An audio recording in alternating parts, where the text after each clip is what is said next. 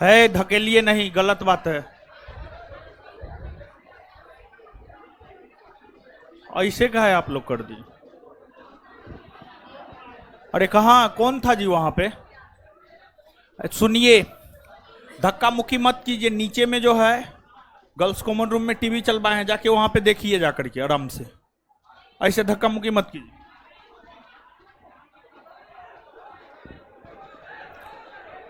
अरे का है ऐसे गेट खोला का है वह? अरे कौन था जी वहां पे यार?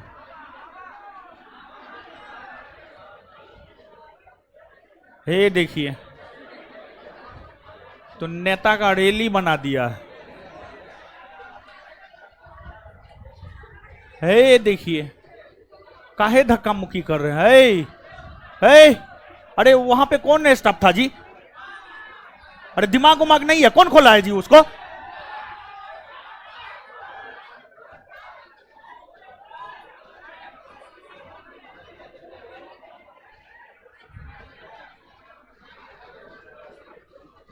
कहाँ जाइएगा आप लोग?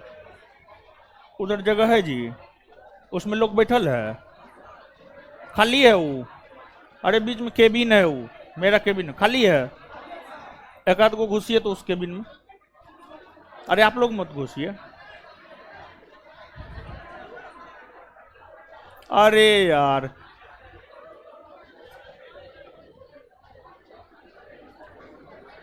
ऐसे कीजिएगा तो कैसे पढ़ा पाएंगे बताइए आप लोग हमको।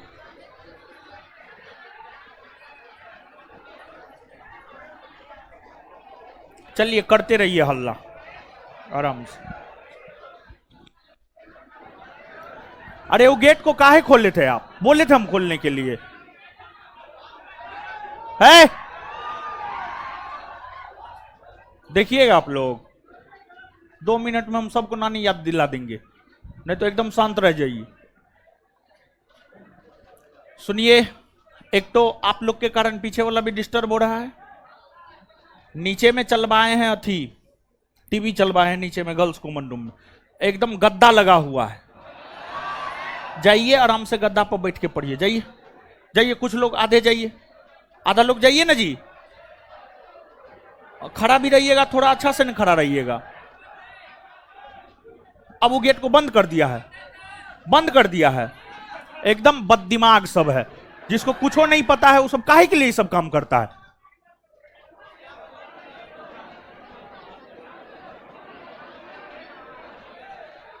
स्टाफे सब साला पागल सब है। कितना शांति से था, गेट नहीं खुला था तो बेवजह का तू लोग अशांति फैलाता है। साला बिना दिमाग का आदमी सब। शांत होइए ना आप लोग, क्या कर रहे हैं? पढ़ाने दीजिएगा, शांत होइएगा। शांत होइए, एकदम शांत हो जाइए।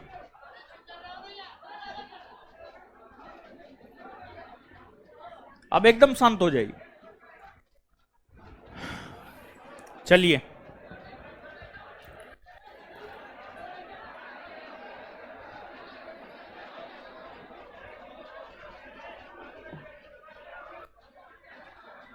अरे सब मुंह देख रहा है। अब यहां पे भगदड़ मचवा के मुंह देख रहा है,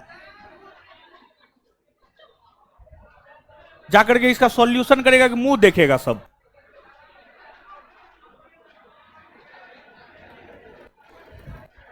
अरे कुछ लोग रिक्वेस्ट कर रहे हैं चले जाइए नीचे, ताकि सब बढ़िया से क्लास कर सके।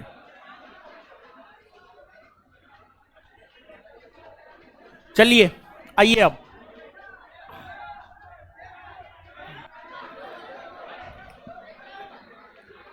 चलिए,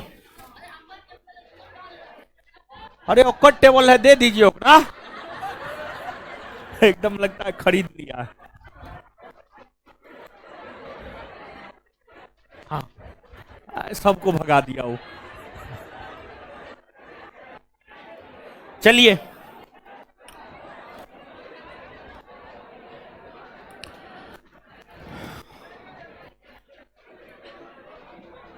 हाँ तो बताइए आप लोग का है, सब उपाय होने जाएगा। आप लोग बैठिए आराम से अब। चलिए नीचे में बैठाइए वो सबको।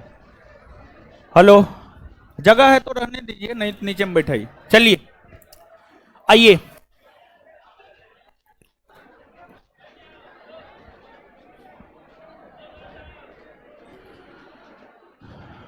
देखिए अब एकदम शांत हो जाइए गुरुजी लोग। 1857 का विद्रोह पढ़ा दिए थे, पढ़ा के खत्म कर दिए थे। कोई भी बुक उठा करके ऑब्जेक्टिव बनाए थे? बना था? बन गया होगा। अरे आवाज बढ़ा दो जी। अरे आप लोग शांत रहिएगा तब ना आवाज सुनाई देगा। आप लोग अपने में हल्ला करते तो कहां से आवाज सुनाई देगा। एकदम शांत हो जाइए, मुंह बंद कर न लीजिए, आवाज सुनाई देगा। मुंह बंद कीजिए सब लोग, मुंह बंद। तो 1857 का विद्रोह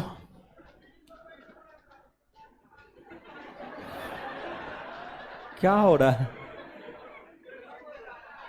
आए अब क्या हुआ? आए? रो रहा? कौन रो रहा? स्टूडेंट? स्टूडेंट रो रहा है? काहे रो रहा है? टेबल छीन लिया उससे? रोइए नहीं, हम आपके लिए कल एगो टेबल स्पेशल लाके देंगे। हे भगवान बताइए, इतना दिल का कमजोर है।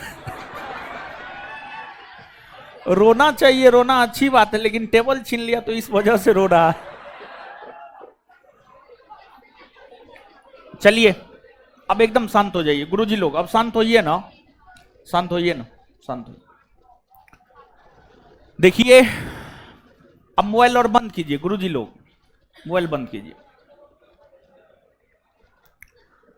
तो 1857 का विद्रोह कर दिए थे खत्म।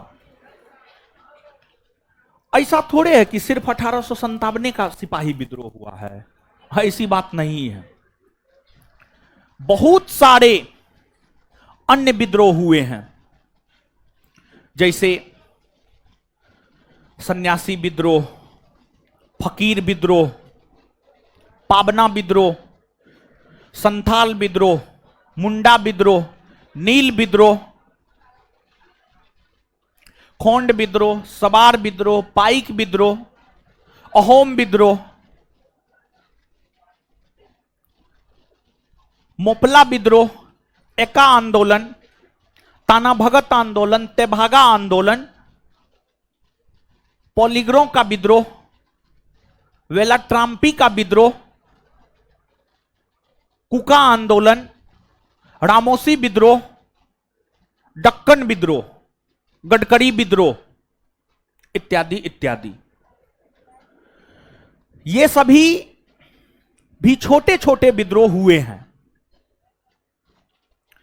ये सभी भी जो छोटे छोटे विद्रोह हुए हैं,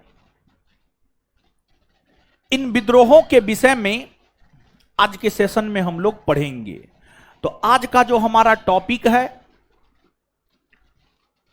वह है 1857 के विद्रोह के अलावे भारत में होने वाले अन्य विद्रोह, प्रमुख अन्य विद्रोह। यही आपका टॉपिक हुआ, प्रमुख भारतीय विद्रोह या प्रमुख अन्य विद्रोह। यही आज का आपका टॉपिक है। इसी को हम लोग समझेंगे और इसी को हम लोग पढ़ेंगे। तो आज का टॉपिक तो हम आपको स्पष्ट कर दिए हैं, आगे इसको समझाएंगे, लेकिन एक आध को पूछते हैं प्रश्न, जवाब दीजिए। और खड़ा करके पूछ रहे हैं तो रिक्वेस्ट है कि आप लोग जवाब नहीं दीजिएगा, मतलब वैसे लोग जवाब नहीं दीजिएगा जिनसे ना पूछा जाए, जिनसे पूछा जाएगा जवाब वही दीजिएगा, ठीक है? ए हीरो, ए खड़ा होइए, खड़ा होइए जी। नहीं नहीं, अपने बगल वाले को दिखाइए, हाँ खड़ा होइए। अरे आगे वाले बैठे, बोलिए जी सर। अरे बोलिए जी सर। अरे आपको बोल रहे हैं आप। हाँ बोलिए, जोर से बोलिए ना। जितना आवाज में अभी बोले हैं उतना ही आवाज में जवाब भी देना है, बोलिएगा। 1857 के विद्रोह के कारणों पर भारतीय भाषा में लिखने वाला विद्वान कौन था? एसएन? अच्छा, सर सैयद। नोट में ये बात नोट दे के लिखा हुआ है, और कहां लिखा हुआ है वो भी बता देते। पुस्तक लेखक के जस्ट ऊपर, पुस्तक लेखक जहां दिए हैं उसके जस्ट ऊपर। मार फटा से हम ठीक कर देंगे। आप पुराने छात्र हैं, समझ गए, बैठ जाइए।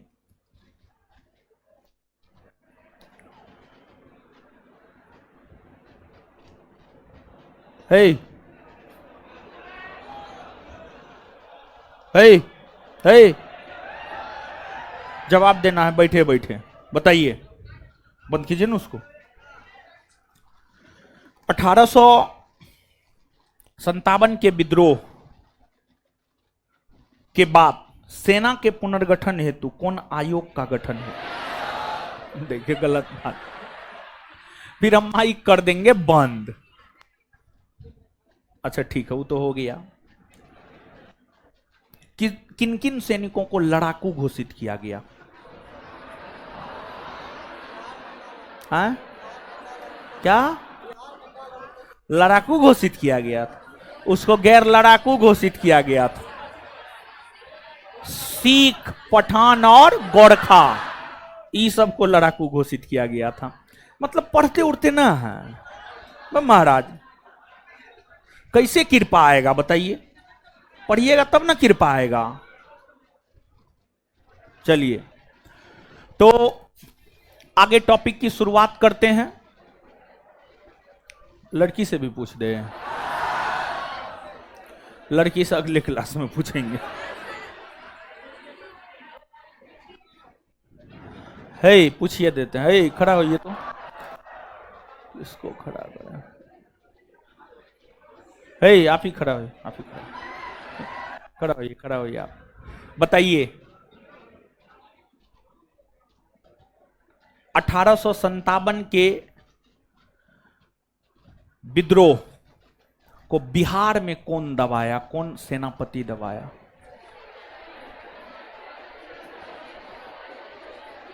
विलियम टेलर और विंसेंट। बैठ जाइए, हम ना बताएं। चलिए आइए, आप समझिए।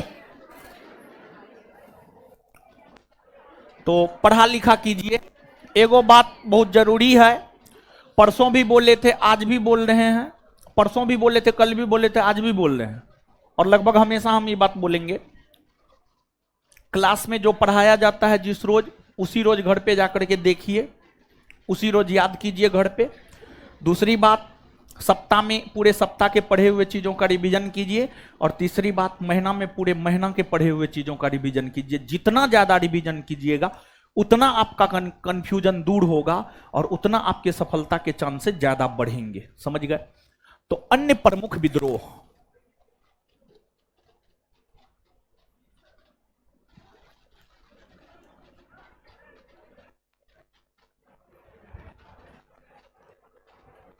देखिए,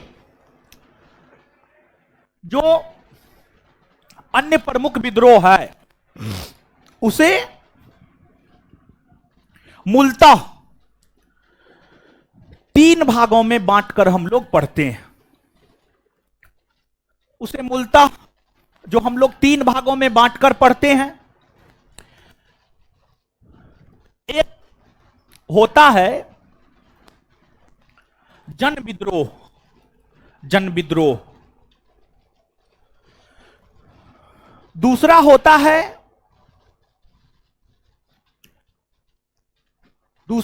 है किसान विद्रोह, या दूसरा है किसान विद्रोह। और तीसरा है जनजातीय विद्रोह।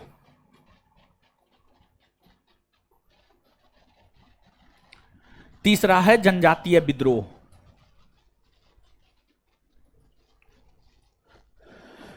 जन विद्रोह, किसान विद्रोह और जनजातीय विद्रोह। जन विद्रोह उस विद्रोह को कहा गया जिसमें आम जनता की भागीदारी रही है। आम जनता की भागीदारी जिसमें रही है, जिसमें आम जनता ने भाग लिया है, वही है आपको जन विद्रोह। किसान विद्रोह, जो विद्रोह भारतीय किसानों के द्वारा अंग्रेजों के खिलाफ किया गया है, वही विद्रोह किसान विद्रोह कहलाता है। और तीसरा है जनजातीय विद्रोह। भारत के आदिवासी को ही कहा जाता है जनजाति। भारत के आदिवासी को ही कहा जाता है जनजाति। तो भारत के आदिवासी या जनजाति के द्वारा, भारत के आदिवासी या जनजाति के द्वारा जो विद्रोह किया जाता, जो विद्रोह किया गया है, उसी को कहते हैं हम लोग जनजातीय विद्रोह। जनजातीय विद्रोह, ठीक है। अब सवाल ये उठता है कि ये विद्रोह किसके खिलाफ हुए और क्यों हुए। ये विद्रोह, ये जो आपको जन विद्रोह है, किसान विद्रोह है, जनजातीय विद्रोह है, ये किस है उसको नहीं देखना है, इसको देखना है, ठीक है। इतना सुंदर सुंदर बात बताते हैं, बताइए। वो घर पे के लिए दिए हैं, ठीक है। चलिए, तो ये विद्रोह किसके खिलाफ हुए हैं और क्यों हुए हैं। ये विद्रोह किसके खिलाफ हुए हैं, इस प्रश्न का सीधा सा उत्तर है, ये विद्रोह हुए हैं अंग्रेजों के खिलाफ। ये विद्रोह हुए हैं अंग्रेजों के खिलाफ, ठीक है। अब क्यों हुए हैं। अंग्रेजों की जो शोषणकारी नीतियां थी, उन नीतियों के खिलाफ ही ये विद्रोह हुए हैं। अंग्रेजों की जो शोषणकारी नीतियां थी, उन नीतियों के खिलाफ ही ये सब विद्रोह हुए हैं। अंग्रेज, आप इस बात को जानिए, एक होता है नेचुरल जस्टिस। नेचुरल जस्टिस का मतलब होता है प्राकृतिक न्याय। प्राकृतिक न्याय, जैसे मान लिया जाए सूर्य से हमें ऊष्मा की प्राप्ति होती है। अब भारत सरकार एगो कानून ले आए कि सूर्य का रोशनी कोई नहीं सेकेगा, जो सेकेगा उसको लगेगा फाइन। तो क्या होगा, थोड़ा सोच कर देखिए, ठीक है। अब आप समझिएगा, ये तो थोड़ा सा हिंट किए हैं। जो भारत में रहने वाले जनजाति हैं, भारत में रहने वाली जनजाति मूलतः निवास करती थी जंगलों में, और आज भी जनजाति या आदिवासी समुदाय के लोग रहते हैं जंगल में। हाँ या ना, रहते हैं ना, रहते हैं, ये बात तो आप जानते हैं। और जो जनजाति या आदिवासी जंगल में रहते हैं, ये आदिवासी या जनजाति जंगली भूमि को अपना संपत्ति मानता था। जंगली भूमि को, जंगल में जो भूमि था, उसे, उस भूभाग को मानता था अपना संपत्ति। उस भूभाग को मानता था अपना संपत्ति। लेकिन अंग्रेजों ने वन नीति लाई, फॉरेस्ट पॉलिसी लाई, और अंग्रेजों ने वन नीति ला करके वनों को सरकारी संपत्ति घोषित कर दिया। फॉरेस्ट को सरकारी संपत्ति घोषित कर दिया, यानी यह घोषणा कर दिया कि जो वन है, जो जंगल है, वह सरकारी संपत्ति है, वह सरकारी संपत्ति है। और वन नीति के तहत जंगलों को सरकारी संपत्ति घोषित करते हुए आदिवासियों को जंगलों से बाहर करना शुरू कर दिया। आदिवासियों को जंगलों से बाहर करना शुरू कर दिया और वनों को काटना शुरू कर दिया और जंगलों में खुदाई करना शुरू कर दिया। किसी जंगल में बहुत सारे खनिज संसाधन थे तो अंग्रेज को चाहिए खनिज संसाधन, इस वजह से जंगलों को काट करके उसकी खुदाई करके वहां से खनिज संसाधन सब प्राप्त करना शुरू कर दिया अंग्रेज।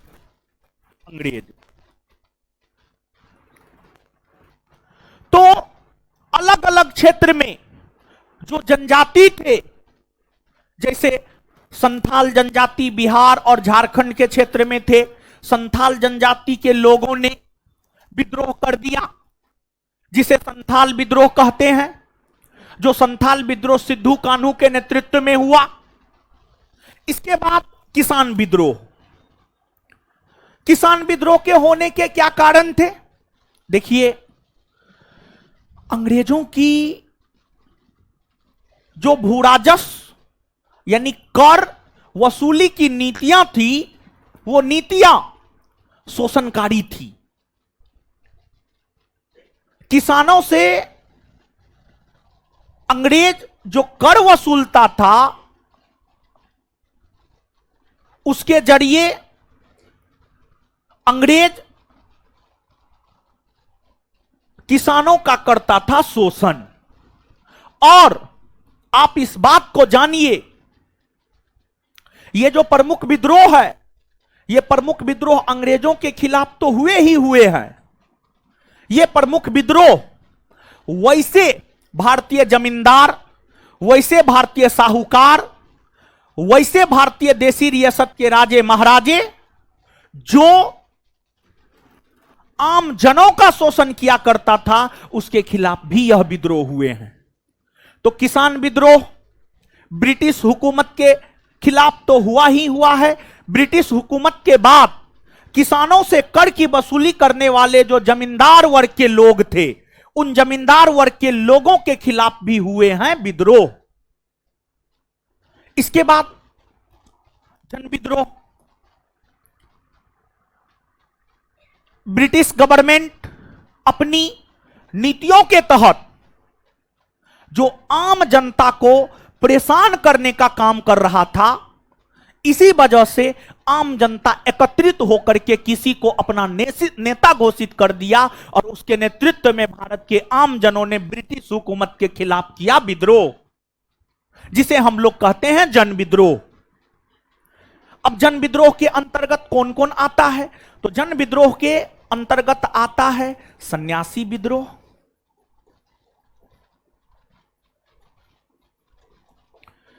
सन्यासी विद्रोह के बाद कित्तूर चेन्नम्मा विद्रोह,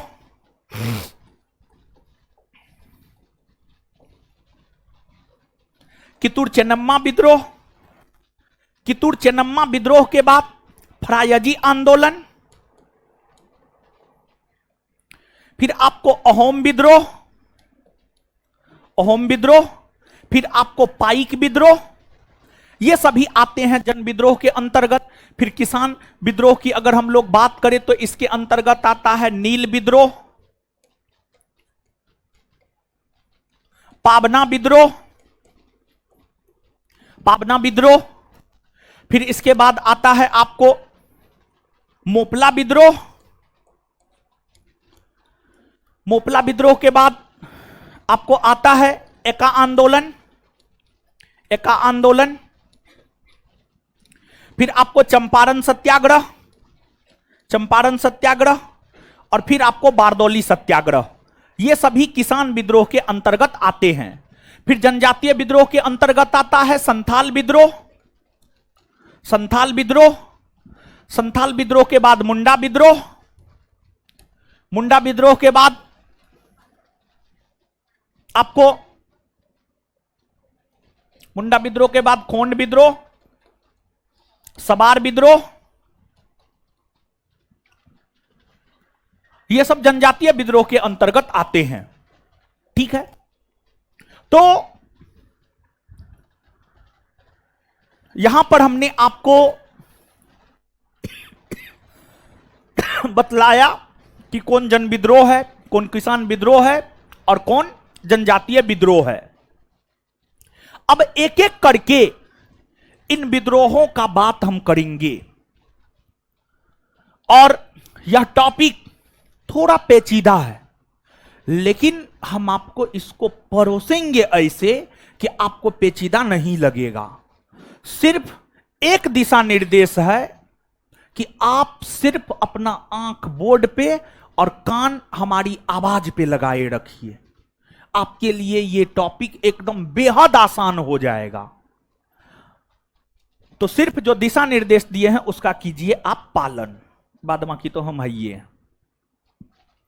तो सबसे पहले इसमें हम लोग चर्चा कर लेते हैं सन्यासी विद्रोह के विषय में। देखिए, सन्यासी विद्रोह के विषय में सबसे पहले चर्चा इसलिए कर रहे हैं क्योंकि ब्रिटिश हुकूमत के खिलाफ, अंग्रेजी हुकूमत के खिलाफ होने वाला प्रथम विद्रोह सन्यासी विद्रोह ही है। ब्रिटिश हुकूमत के खिलाफ होने वाला प्रथम विद्रोह सन्यासी विद्रोह ही है। और सन्यासी विद्रोह से जो प्रभावित क्षेत्र रहा है, सन्यासी विद्रोह से प्रभावित क्षेत्र रहा है बिहार और बंगाल।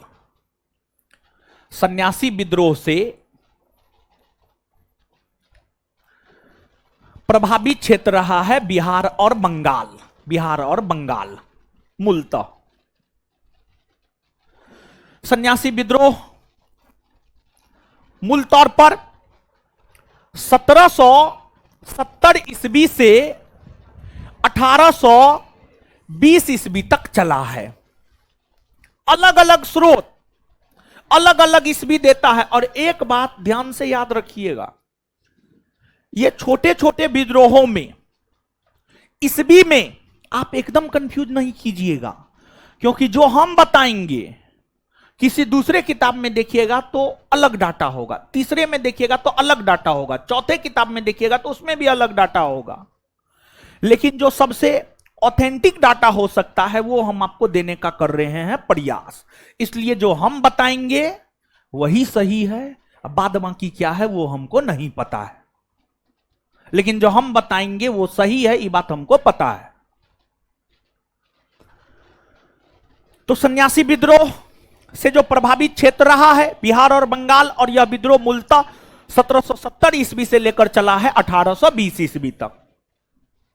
लेकिन ऐसा नहीं है कि इतने दिनों तक चला, नहीं।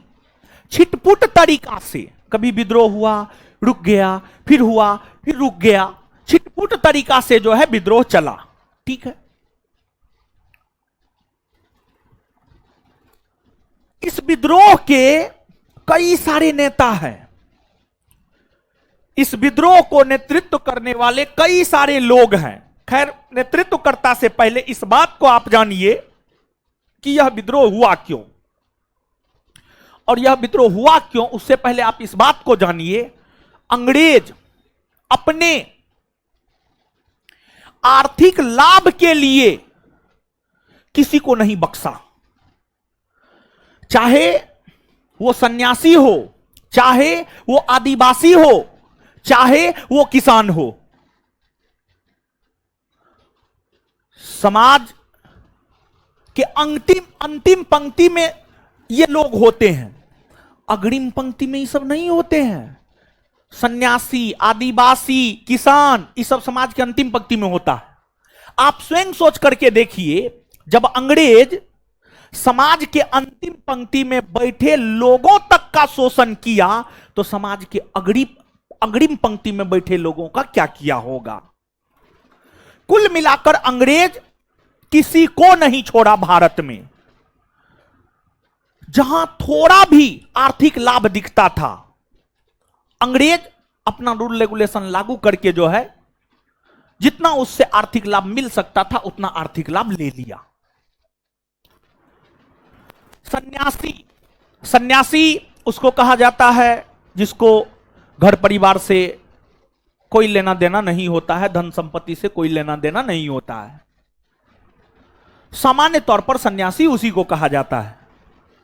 ना उसको सत्ता का लोभ होता है, ना धन संपत्ति का, ना रिश्ता बंधन का, किसी भी चीज का लोभ नहीं होता, वही कहलाता है सन्यासी।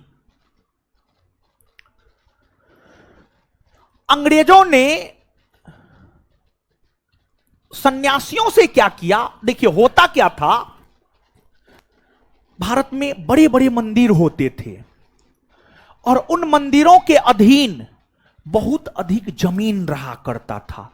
मंदिरों के रखरखाव हेतु बहुत अधिक जमीन हुआ करता था। तो बड़े बड़े मंदिर थे, मंदिरों के रखरखाव देखरेख हेतु उस मंदिर के अधीन काफी अधिक जमीन हुआ करता था। अंग्रेजों ने उस जमीन को हड़पा, थोड़ा बहुत हड़पने का प्रयास किया। दूसरी बात, अंग्रेजों ने मंदिरों का जमीन हड़पने का जो प्रयास किया, इससे सन्यासियों को लगा ये तो हमारा हक ले रहा है। और फिर हिंदू और मुस्लिम जो तीर्थ स्थान थे, उस तीर्थ स्थान के यात्रा पर लगा दिया अंग्रेजों ने प्रतिबंध। हिंदू तीर्थ स्थान, मुसलमानों का तीर्थ स्थान, जो हिंदू और मुसलमानों का तीर्थ स्थान था, उस तीर्थ स्थान पर अंग्रेजों ने लगा दिया रोक। इन्हीं सब वजहों से सन्यासी हो गए नाराज और फिर सन्यासियों ने कर दिया विद्रोह। और इसके अलावे सन्यासी विद्रोह के और भी कई सारे कारण थे। हुआ यह था कि बंगाल में अंग्रेजों ने द्वैध शासन को लागू किया। बंगाल में अंग्रेजों ने जो द्वैध शासन को लागू किया, उस द्वैध शासन के वजह से बंगाल में पड़ने लगे थे बड़े बड़े अकाल। यह भी सन्यासी विद्रोह का एक कारण है। ये सभी जितना भी अभी हमने आपको बतलाया है, ये सभी सन्यासी विद्रोह के हैं कारण। इस सन्यासी विद्रोह का नेतृत्व केना सरकार, दिरजी नारायण, देवी चौधरानी, भवानी पाठक, इन सभी लोगों ने सन्यासी विद्रोह का किया नेतृत्व। आपके नोट में होगा मंजू शाह और देवी चौधरानी, वो भी सही है और जो अभी हम बोले हैं वो भी सही है। तो इन सभी लोगों ने सन्यासी विद्रोह को किया नेतृत्व प्रदान। लेकिन जब सन्यासी विद्रोह चलने लगे तो अंग्रेजों ने काफी आक्रामक नीति अपनाया, आक्रामक रुख अपनाया अंग्रेजों ने। और एक बंगाल के गवर्नर जनरल हुए वारेन हेस्टिंग्स। वारेन हेस्टिंग्स ने इस विद्रोह को दबा दिया। वारेन हेस्टिंग्स ने इस विद्रोह को दबा दिया। लेकिन फिर भी चिटपुट तरीका से यह विद्रोह चलता रहा, परंतु उसका कोई महत्व नहीं रहा। और यह जो सन्यासी विद्रोह है, इस सन्यासी विद्रोह का विवरण बंकिम चंद्र चटर्जी की रचना आनंद मठ में देखने को मिलती है। बंकिम चंद्र चटर्जी ने कई सारे साहित्यों की रचना की है। उसमें बंकिम चंद्र चटर्जी की रचना जो आनंद मठ है, उस आनंद मठ में ही सन्यासी विद्रोह की चर्चा व्यापक स्तर पर देखने को मिलता है। अब देखिए, यह हुआ सन्यासी विद्रोह के विषय में। अब इसमें जो बात रखना है याद, उसको करते हैं हम लोग याद करते जाएंगे, ज्यादा बेटर होगा।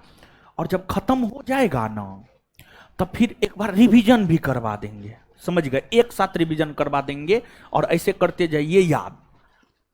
देखिए, तो बताइए, क्वेश्चन पूछ रहे हैं, क्वेश्चन सुनिएगा तब जवाब दीजिएगा। आप लोग में क्या है, एकदम हड़बड़ा जाते हैं, पूरा क्वेश्चनों ने सुनते हैं, जवाब देना शुरू कर देते हैं। तो ये चीज अभी तो ठीक है, लेकिन बाद के लिए ही ठीक नहीं रहेगा, समझे। तो बताइएगा, सन्यासी विद्रोह से प्रभावित क्षेत्र बिहार और सन्यासी विद्रोह से प्रभावित क्षेत्र बिहार और क्लियर है ये बात। सन्यासी विद्रोह का जिक्र किस साहित्य में देखने को मिलता? आनंद। सन्यासी विद्रोह का जिक्र किस साहित्य में देखने को मिलता? किस साहित्य में? आनंद। इसकी रचना किसने किया? बंकिम चंद्र। इसके बाद सन्यासी विद्रोह को किस अंग्रेज ने दबाया? वारेन। सन्यासी विद्रोह को किस अंग्रेज ने दबाया? किसने दबाया? अच्छा, सन्यासी विद्रोह के नेतृत्वकर्ता कौन कौन थे? मंजू शाह और देवी। उसके अलावा केना सरकार, दिरजी नारायण, भवानी पाठक, ये सब विद्रोह के नेतृत्वकर्ता थे। समझ गए? तो सन्यासी विद्रोह के नेतृत्वकर्ता केना सरकार, दिरजी नारायण, भवानी पाठक, देवी चौधरानी, मंजू शाह, सब क्लियर है। तो एक बार बता दीजिए तो सन्यासी विद्रोह के नेतृत्वकर्ता कौन कौन थे? सन्यासी विद्रोह के नेतृत्वकर्ता क्लियर है?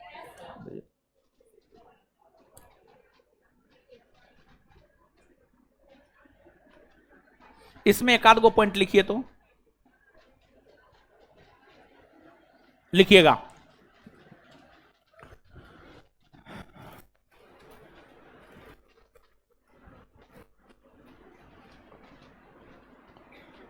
सन्यासी विद्रोह को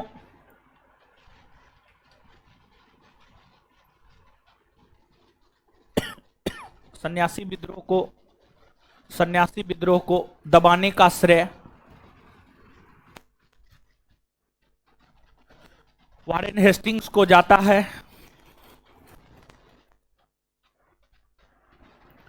सन्यासी विद्रोह को दबाने का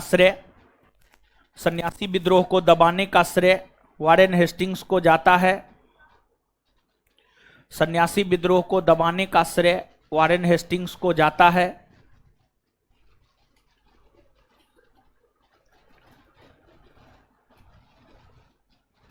इस विद्रोह के होने के प्रमुख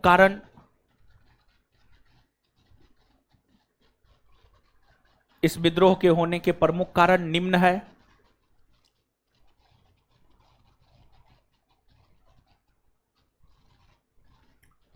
एक नंबर में हिंदू और मुस्लिम तीर्थ स्थलों पर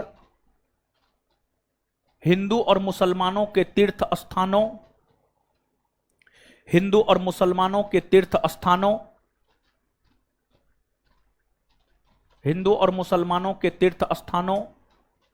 पर तीर्थ यात्रा की रोक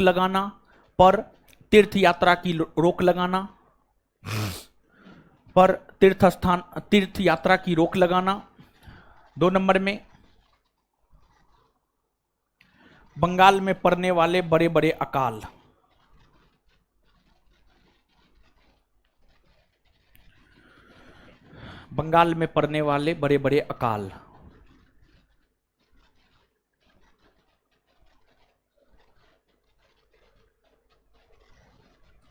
हो गया। चलिए, याद हुआ ना? इतना आगे बढ़े ना? चलिए, इसके बाद आगे है आपको कित्तूर चेन्नम्मा विद्रोह। तो इसी को हम लोग समझते हैं कित्तूर चेन्नम्मा विद्रोह।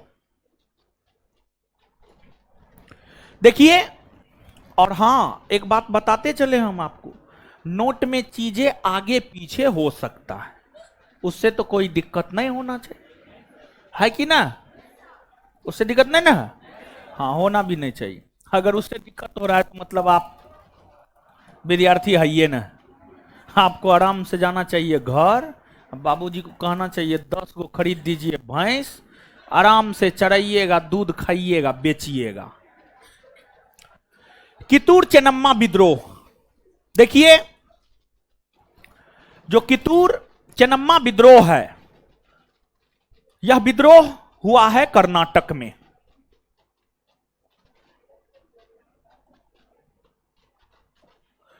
जो कितूर चेन्नम्मा विद्रोह है यह हुआ है कर्नाटक में। कर्नाटक में, कर्नाटक है आपको यहां पर कर्नाटक में। और इस विद्रोह की जो अवधि है, इस विद्रोह की अवधि है 1824 से 1829। बात क्या था, चीजों को आप समझिएगा। आपको कर्नाटक में एक जगह था, उसका नाम था कितूर। कर्नाटक के एक जगह का नाम था कितूर, ठीक है। यहां के राजा थे, उनका नाम था मल्ला सर्जा। यहां के राजा थे, कितूर के राजा थे, उनका नाम था मल्ला सर्जा। मल्ला सर्जा। सबसे पहले हुआ क्या कि कितूर के राजा जो मल्ला सर्जा थे, मल्ला सर्जा की पत्नी थी चेन्नम्मा। कितूर के राजा मल्ला सर्जा और मल्ला सर्जा की पत्नी चेन्नम्मा। हुआ क्या, मल्ला सर्जा मर गया। कितूर के राजा मल्ला सर्जा का निधन हो गया। मल्ला सर्जा के निधन होने के बाद मल्ला सर्जा का बेटा कितूर का शासक बना, लेकिन कुछ वर्षों के बाद उसका बेटा भी मर गया। तत्पश्चात रानी चेन्नम्मा, मल्ला सर्जा की पत्नी रानी चेन्नम्मा ने एक पुत्र गोद लिया। उसका नाम था शिवालिंगप्पा।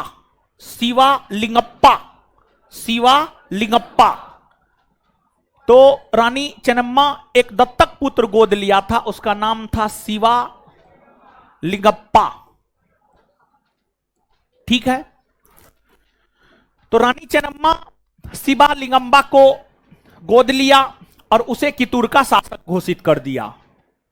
लेकिन अंग्रेजों ने शिवालिंगप्पा को कितूर का शासक मानने से कर दिया इनकार, और अंग्रेजों ने कितूर को ब्रिटिश साम्राज्य में मिलाने की घोषणा कर दी। और जब अंग्रेजों ने कर्नाटक के कितूर को अंग्रेजी साम्राज्य में मिलाने की घोषणा कर दी, तो वहां की रानी चेन्नम्मा ने आम जनता के सहयोग से कर दी विद्रोह। इस विद्रोह को ही इतिहास में कहा जाता है कितूर चेन्नम्मा विद्रोह। इस विद्रोह का नेतृत्व रानी चेन्नम्मा की, लेकिन रानी चेन्नम्मा जब विद्रोह का नेतृत्व कर रही थी तो इस वजह से ही रानी चेन्नम्मा को कर लिया गया गिरफ्तार। रानी चेन्नम्मा के गिरफ्तार होने के बाद उनका मंत्री था रायन्ना, सेनापति, मंत्री, गवर्नर था रायन्ना। रायन्ना ने विद्रोह को जारी रखा, लेकिन रायन्ना को भी पकड़ कर दिया गया जेल में बंद। और जैसे ही रानी चेन्नम्मा और रायन्ना दोनों को जेल में बंद कर दिया गया, वैसे ही यह विद्रोह हो गया समाप्त। अर्थात इस विद्रोह के जो कारण हैं, इस विद्रोह के कारण आप इस बात को मान सकते हैं कि ब्रिटिशों ने रानी चेन्नम्मा द्वारा लिए गए गोद वाले पुत्र अर्थात दत्तक पुत्र को कितूर का शासक मानने से कर दिया था इनकार। इसी वजह से हुआ कितूर चेन्नम्मा विद्रोह। तो यहां पर कारण आप नहीं भी याद रखेंगे कोई दिक्कत नहीं है। यहां पर जो 2-3 बात याद रखना है, एक बात तो यह कितूर चेन्नम्मा विद्रोह, एक बात तो यह कितूर चेन्नम्मा विद्रोह कर्नाटक में हुआ है। दूसरी बात यह विद्रोह 1824 से 1829 के बीच में हुए हैं। और तीसरी बात यह, इसका नेतृत्व किया है रानी चेन्नम्मा और रायन्ना। रानी चेन्नम्मा और रायन्ना ये दोनों नेतृत्व किया था। समझ गए? तो बताइए गुरुजी लोग, कितूर चेन्नम्मा विद्रोह कहां हुआ? कहां? कर्नाटक में ना। कितूर चेन्नम्मा विद्रोह कहां हुआ? इसके नेतृत्व करता रानी चेन्नम्मा और क्लियर है ना? चलिए, और विद्रोह कब से कब तक हुआ? 1824 से 1829। इसके बाद आगे क्या है? तो आगे है फरायजी आंदोलन। तो आगे हम लोग अब बात कर रहे हैं फरायजी आंदोलन के विषय में। देखिए, फरायजी आंदोलन, फरायजी आंदोलन की अगर हम लोग बात करें तो यह हुआ है आपको बंगाल में, यह हुआ है आपको बंगाल में। और इसका जो टाइम पीरियड है, इसके टाइम पीरियड को लेकर है बड़ी विवाद, लेकिन जो एक संतुलित टाइम पीरियड माना जा सकता है 1838 से 1857। देखिए, अंग्रेज बंगाल में, बंगाल की जनता का हर तौर पर काफी अधिक शोषण कर रहा था, काफी अधिक शोषण कर रहा था। अंग्रेजों के द्वारा बंगाल की आम जनता का जो बृहद स्तर पर शोषण किया जा रहा था, उसी के खिलाफ फरायजी आंदोलन हुए थे, उसी के खिलाफ हुए थे फरायजी आंदोलन। और जो फरायजी आंदोलन है, यह सामाजिक, धार्मिक, राजनीतिक सभी प्रकार के आंदोलन थे। इस आंदोलन के माध्यम से मुस्लिम समाज में सामाजिक, धार्मिक, राजनीतिक हर तौर पर सुधार लाने का प्रयास किया गया। और इस आंदोलन का एक प्रमुख लक्ष्य अगर देखा जाए तो इस आंदोलन का एक प्रमुख लक्ष्य था अंग्रेजों को बंगाल से बाहर करना, अंग्रेजों को बंगाल से बाहर करना। तो अंग्रेजों को बंगाल से बाहर करने के उद्देश्य से ही फरायजी आंदोलन हुए। और बीपीएससी का 2 से 3 बार यह पूछा हुआ क्वेश्चन है, फरायजी आंदोलन के नेतृत्वकर्ता कौन है?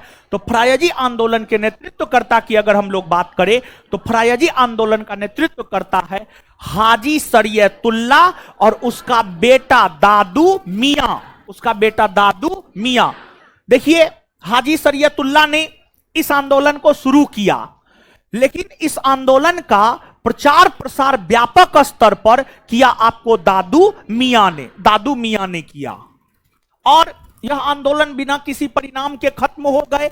और एक बात और आप जानिए कि लगभग हर जन आंदोलन, किसान विद्रोह या जनजातीय विद्रोह को अंग्रेजों ने बलपूर्वक दबा दिया, अंग्रेजों ने बलपूर्वक दबा दिया।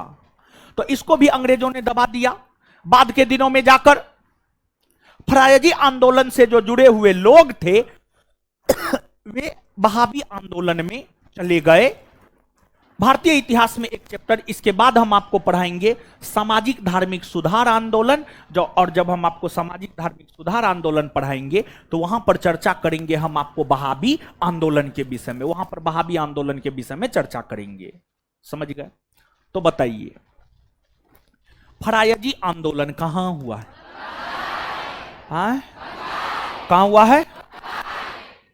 और इसके बाद आगे बताइएगा, अंग्रेजों को बंगाल से बाहर करने के लिए कौन से आंदोलन हुए? कौन से आंदोलन?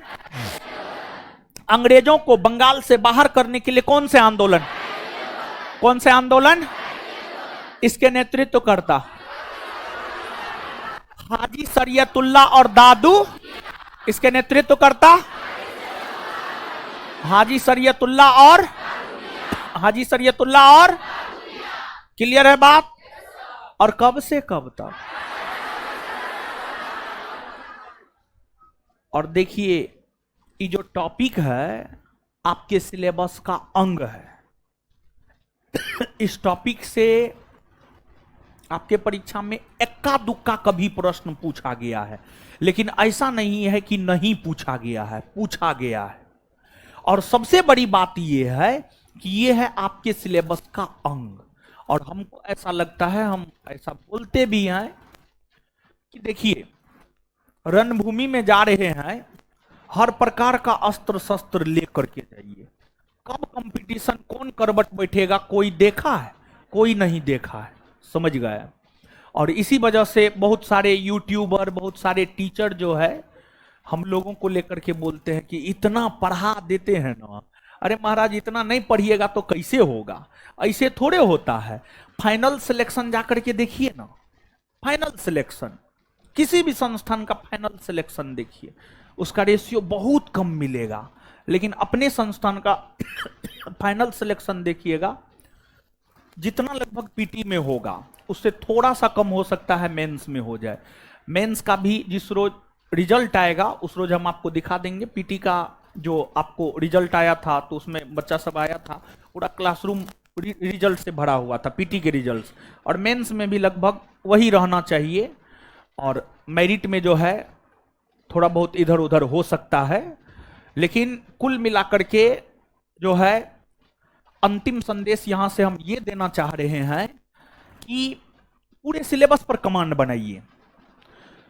हर सब्जेक्ट का औसत जानकारी होना चाहिए।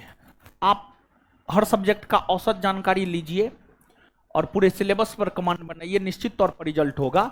और आप ये मत समझिएगा कि ये बैच कर रहे हैं तो सिर्फ आपको दरोगा परीक्षा में फायदा होगा। आप किसी भी वनडे परीक्षा में बैठिए, आप टीचर वाला में बैठिए, आप बिहार पुलिस में बैठिए, आप जो है बीपीएससी में बैठिए, आप बिहार दरोगा में बैठिए, कोई भी परीक्षा में आप बैठिए ना, कोई भी वनडे परीक्षा में बैठिए, उत्तर प्रदेश पुलिस में बैठिए, कोई भी वनडे परीक्षा में बैठिए, आपको फायदा करेगा, जिसमें जीएस पूछा जाता है। समझ गए? तो इसलिए जो है अच्छे से पढ़िए और पूरी समग्रता से सिलेबस का कीजिए अध्ययन। समझे? लोग का क्या है? लोग का काम है कहना। लोग ऐसे बहुत कुछ बोलते रहता है। गांव घर में एगो कहावत है, हाथी चले बाजार कुत्ता भूखे हजार। समझ गए? तो इसलिए जो है सबसे बड़ा रोग क्या कहेंगे लोग, इस बात से ऊपर उठ करके जो है आराम से पढ़ते रहिए। ठीक है? यहां तक याद हो नहीं गया? आगे बढ़ ना जाए। इसके बाद है आपको अहोम विद्रोह। अहोम विद्रोह देखिए, अहोम विद्रोह, अहोम विद्रोह की अगर हम लोग बात करें तो जो अहोम विद्रोह है, अहोम विद्रोह हुए हैं आपको असम में। कहां हुए हैं? असम में। असम में हुए हैं। और जो अहोम विद्रोह है यह 1828 से 1833 के बीच हुआ है। 1828 से 1833 के बीच हुआ है अहोम विद्रोह। क्यों हुए हैं, इसके क्या कारण है, इसके नेतृत्वकर्ता कौन है, इसको आप समझिएगा। देखिए, आप सब लोग इस बात को जानिए, अंग्रेज साम्राज्यवादी प्रवृत्ति का था। अंग्रेज हमेशा अपने साम्राज्य विस्तार के बारे में सोचता था। अंग्रेजों ने भारत में तो अपने साम्राज्य का विस्तार किया ही किया। भारत के अलावा भारत के जो आसपास के देश थे उन क्षेत्रों में भी अंग्रेजों ने हाथ पैर मारने का काम किया था। जैसे नेपाल हो, भूटान हो, अफगानिस्तान हो या फिर म्यांमार हो। तो अंग्रेज वर्मा यानी म्यांमार पर कब्जा करने के लिए वर्मा नरेश के साथ यानी म्यांमार के राजा के साथ अंग्रेजों ने 3 युद्ध लड़ा था, जिसे इतिहास में प्रथम आंग्ल बर्मा युद्ध, द्वितीय आंग्ल बर्मा युद्ध और तृतीय आंग्ल बर्मा युद्ध कहा जाता है। और आंग्ल शब्द का प्रयोग किया जा रहा है अंग्रेजों के लिए। आंग्ल शब्द का प्रयोग किया जा रहा है अंग्रेजों के लिए। समझ गए? प्रथम आंग्ल बर्मा युद्ध 1824 से 1826 के बीच हुआ। और प्रथम आंग्ल बर्मा युद्ध जो 1824 से 1826 के बीच हुआ, उस युद्ध के बाद अंग्रेजों ने उत्तरी असम, असम के उत्तरी भाग, इस क्षेत्र पर कर लिया कब्जा। इस क्षेत्र पर कर लिया कब्जा। तो प्रथम आंग्ल बर्मा युद्ध 1824-26 के बाद, प्रथम आंग्ल बर्मा युद्ध 1824-26 के बाद अंग्रेजों ने उत्तरी असम पर कर लिया कब्जा। और यहां पर अहोम वंश के लोग यह चाहते थे कि अंग्रेज जो उत्तरी असम पर कब्जा किया है, जो अधिकार किया है, उसको हटा ले। तो उत्तरी असम पर अंग्रेजों के द्वारा जो अधिकार कर लिए गए थे, उन अधिकारों को समाप्त करवाने के लिए ही अहोम लोगों ने गोमधर कुंवर के नेतृत्व में जो विद्रोह किया है, उस विद्रोह को ही कहा जाता है अहोम विद्रोह। उस विद्रोह को ही कहा जाता है अहोम विद्रोह।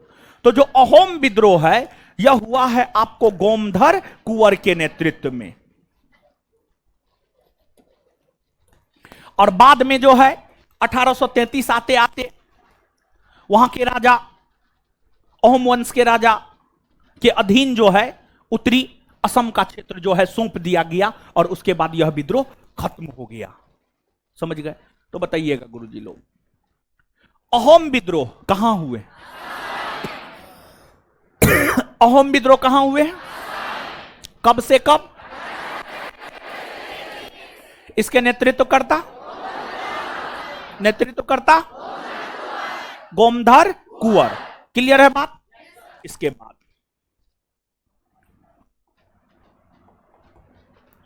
इसके बाद आगे है पाइक विद्रोह। पाइक विद्रोह देखिए, पाइक विद्रोह की अगर हम लोग बात करें तो पाइक विद्रोह हुआ है ओडिशा में। पाइक विद्रोह की अगर हम लोग बात करें तो यह हुआ है ओडिशा में 1817 से 1825 के बीच। 1817 से 1825 के बीच हुए हैं पाइक विद्रोह ओडिशा में। और यह बक्सी जगबंधु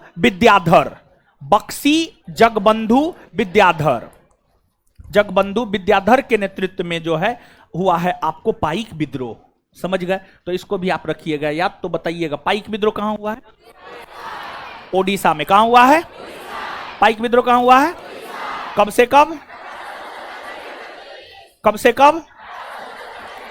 किसके नेतृत्व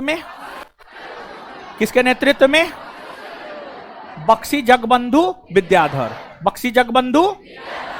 इसके अलावे और भी कई सारे जन विद्रोह है, जैसे गडकरी विद्रोह। और भी कई सारे विद्रोह है, जैसे गडकरी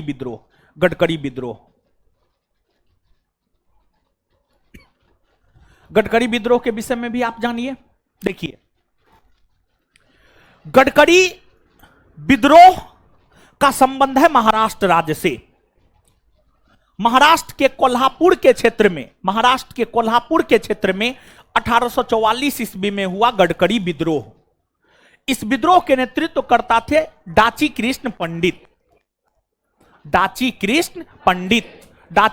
पंडित इसके थे नेतृत्वकर्ता। देखिए, गडकरी कौन थे पता है? मराठों के वंशानुगत सैनिक थे गडकरी। लेकिन जब मराठा साम्राज्य के अंतर्गत पेशवाओं के शासन को समाप्त कर मराठा शासित क्षेत्र को जीतकर ब्रिटिश साम्राज्य में मिला लिया गया, तो इसके बाद अंग्रेजों ने गडकरियों से उसका जमीन लेने का काम किया। गडकरियों को मराठा पेशवाओं ने, मराठा छत्रपतियों ने रहने के लिए जमीन दिया था। वो जमीन गडकरी लोगों से अंग्रेजों ने ले लिया। इसी वजह से महाराष्ट्र के कोल्हापुर के क्षेत्र में गडकरी लोगों ने डाची कृष्ण पंडित के नेतृत्व में 1844 ईस्वी में जो विद्रोह किया है, उसी विद्रोह को इतिहास में कहा जाता है गडकरी विद्रोह। परीक्षा में गडकरी विद्रोह से पूछा जा चुका प्रश्न है। यही गडकरी विद्रोह कहां हुआ है? तो महाराष्ट्र के कोल्हापुर में। यही पूछा गया प्रश्न है, क्वेश्चन बैंक पलट करके आप देखिएगा। समझ गए? तो बताइएगा, गडकरी विद्रोह का संबंध कौन राज्य से? गडकरी विद्रोह महाराष्ट्र न। गडकरी विद्रोह कब हुआ है? कहां हुआ है? सॉरी, किसके नेतृत्व में हुआ है? महाराष्ट्र के कौन क्षेत्र में? कोल्हापुर। महाराष्ट्र के महाराष्ट्र के। क्लियर है ये बात? ये जितना भी था ये सब क्या था पता है? ये सब था आपको जन विद्रोह। अब हम लोग आ जाते हैं किसान विद्रोह पर और उसके बाद जाएंगे जनजातीय विद्रोह पर। समझ गए? तो किसान विद्रोह में नील विद्रोह है। तो सबसे पहले हम लोग नील विद्रोह की ही करते हैं चर्चा। देखिए नील विद्रोह की अगर हम लोग बात करें तो नील विद्रोह हुए हैं बंगाल में। नील विद्रोह हुए हैं बंगाल में। और नील विद्रोह बंगाल में 1859-60 ईस्वी में हुआ है। 1859-60 ईस्वी में बंगाल में नील विद्रोह हुए हैं। अब इस विद्रोह के होने का कारण क्या था? इस विद्रोह के होने का कारण क्या था? देखिए बात ऐसन है कि जो बंगाल था ना, बंगाल शुरू से चावल के खेती के लिए, पटसन के खेती के लिए, इस सब के लिए रहा है बंगाल विख्यात। बंगाल में सबसे ज्यादा लोकप्रिय क्या है? माछ भात मतलब मछली चावल। समझ गए? तो हाँ, बिहार में दाल भात चोखा। चलिए समझिए, लिट्टी चोखा। अच्छा हाँ, लिट्टी चोखा भी तो बिहार का है ये। हाँ। अरे कुछ हो मशहूर है उससे क्या मतलब महाराज, आप मशहूर नहीं है, बस हो गया। देखिए बंगाल हमेशा से चावल का एक प्रमुख उत्पादक राज्य रहा है। बंगाल के किसान यह चाहते थे कि वो चावल का खेती करे। बंगाल के किसान यह चाहते थे कि वो करे चावल का खेती। लेकिन बंगाल के किसान अगर चावल के खेती करते ना तो उससे अंग्रेजों को बहुत ज्यादा फायदा नहीं होने जा रहा था। उससे अंग्रेजों को बहुत ज्यादा फायदा नहीं होने जा रहा था। उससे अंग्रेजों को बहुत ज्यादा फायदा नहीं होने जा रहा था। इसलिए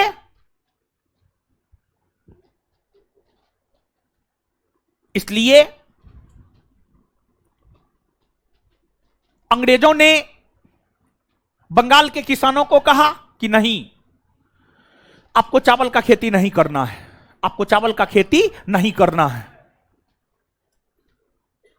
चावल के जगह पर आपको नील का खेती करना है। नील का खेती करना, नील उगाना है।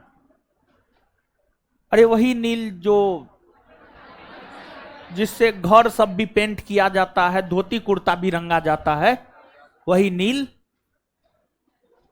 तो अंग्रेजों ने कहा बंगाल के किसानों को, आपको चावल का खेती नहीं करना है, बल्कि चावल के जगह आपको करना है नील का खेती। अब देखिए बंगाल के किसान कह रहे हम करेंगे चावल का खेती और उनसे करवाया जा रहा है नील का खेती। तो मन से काम करेंगे? नहीं करेंगे।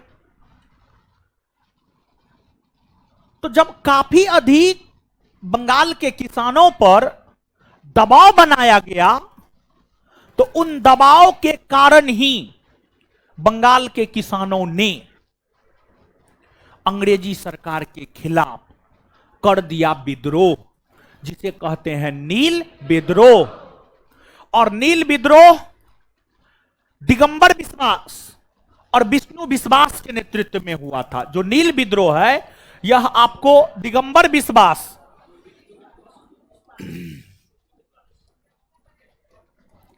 और विष्णु विश्वास दिगंबर बिस्वास और विष्णु बिस्वास के नेतृत्व में हुआ था नील की खेती, सॉरी नील विद्रोह। दिगंबर बिस्वास और विष्णु बिस्वास के नेतृत्व में हुआ नील विद्रोह। यह विद्रोह में किसान बढ़ चढ़कर हिस्सा लिया। आज भारत की कुल आबादी का 50% से अधिक लोग तो किसाने हैं। उस समय तो 90-95% लोग किसाने था, सब भाग लिया। और किसानों की अधिक भागीदारी की वजह से, किसानों की अधिक भागीदारी की वजह से नील विद्रोह हो गया काफी लोकप्रिय। और फिर कुछ समाचार पत्र ने नील विद्रोह का समर्थन भी किया, जिसमें एक प्रमुख समाचार पत्र का नाम आता है, उसका नाम है हिंदू पैट्रियट। हिंदू पैट्रियट, जिसके संपादक हुआ करते थे हरिश्चंद्र मुखर्जी। हरिश्चंद्र मुखर्जी। तो हिंदू पैट्रियट नामक समाचार पत्र ने, हिंदू पैट्रियट नामक समाचार पत्र ने नील विद्रोह का किया समर्थन।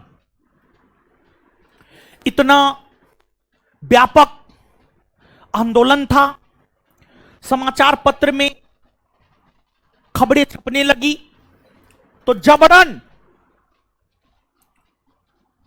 नील विद्रोह की जांच हेतु कमिटी का गठन अंग्रेजों को करना पड़ा। नील विद्रोह की जांच हेतु जबरन अंग्रेजों को कमिटी का गठन करना पड़ा। अंग्रेजों को कमिटी का गठन करना पड़ा। और फिर कमिटी का गठन हुआ,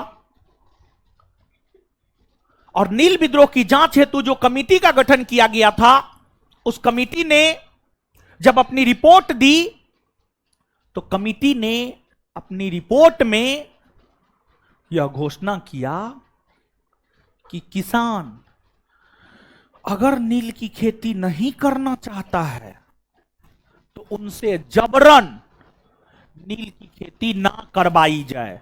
उनसे जबरन नील की खेती ना करवाई जाए, बल्कि अगर वो चावल ही उगाना चाहता है तो उसे चावल उगाने दिया जाए।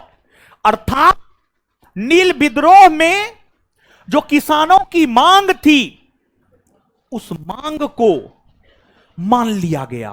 उस मांग को मान लिया गया, और कहा जाता है कि यह प्रथम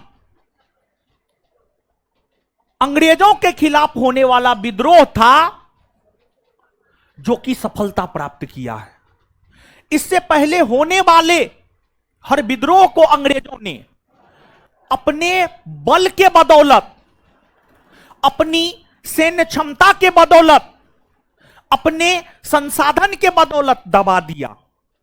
लेकिन इस नील विद्रोह को अंग्रेज नहीं दबा सका। तो भारत किसानों का देश है, किसानों को कोई नहीं हिला सकता है। किसान अगर अपने पर आ जाए ना, सरकार तक को नाच सकता है। हम आपको बताएं, एक वर्ष भारत का किसान ये करे अपने खाने पीने के लिए, उगा ले, अपने खाने पीने के लिए मात्र उगा ले, 1 साल का एक्स्ट्रा, और घोषणा कर दे कि 1 वर्ष तक हम खेती करने नहीं जा रहे हैं। भारत सरकार का हालत खराब हो जाएगा। चावल खरीदते खरीदते, गेहूं खरीदते खरीदते 80 करोड़ लोग को तब देंगे अपना अनाज 5-5 किलो।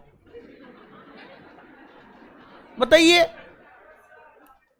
लक्ष्य रखे हैं विकसित भारत का 2047 में, और 2024 में जी रहे हैं। 140 करोड़ आबादी में 80 करोड़ आबादी को 5 किलो अनाज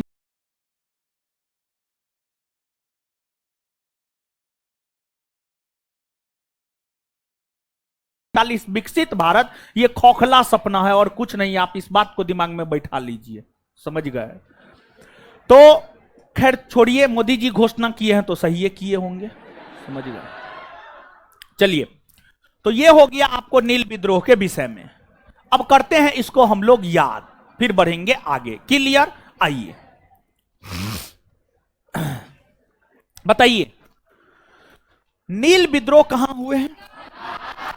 कहां हुए हैं? कब से कब? कब से कब? किसके नेतृत्व में? किसके नेतृत्व में? किस समाचार पत्र ने नील विद्रोह का समर्थन किया? किसने?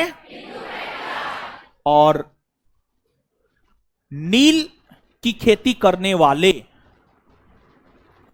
किसानों की दुर्दशा, नील की खेती करने वाले किसानों की दुर्दशा अगर जानना हो तो आप पढ़िए नील दर्पण नामक साहित्य को, जिसकी रचना किया है दीनबंधु मित्र ने। दीनबंधु मित्र ने।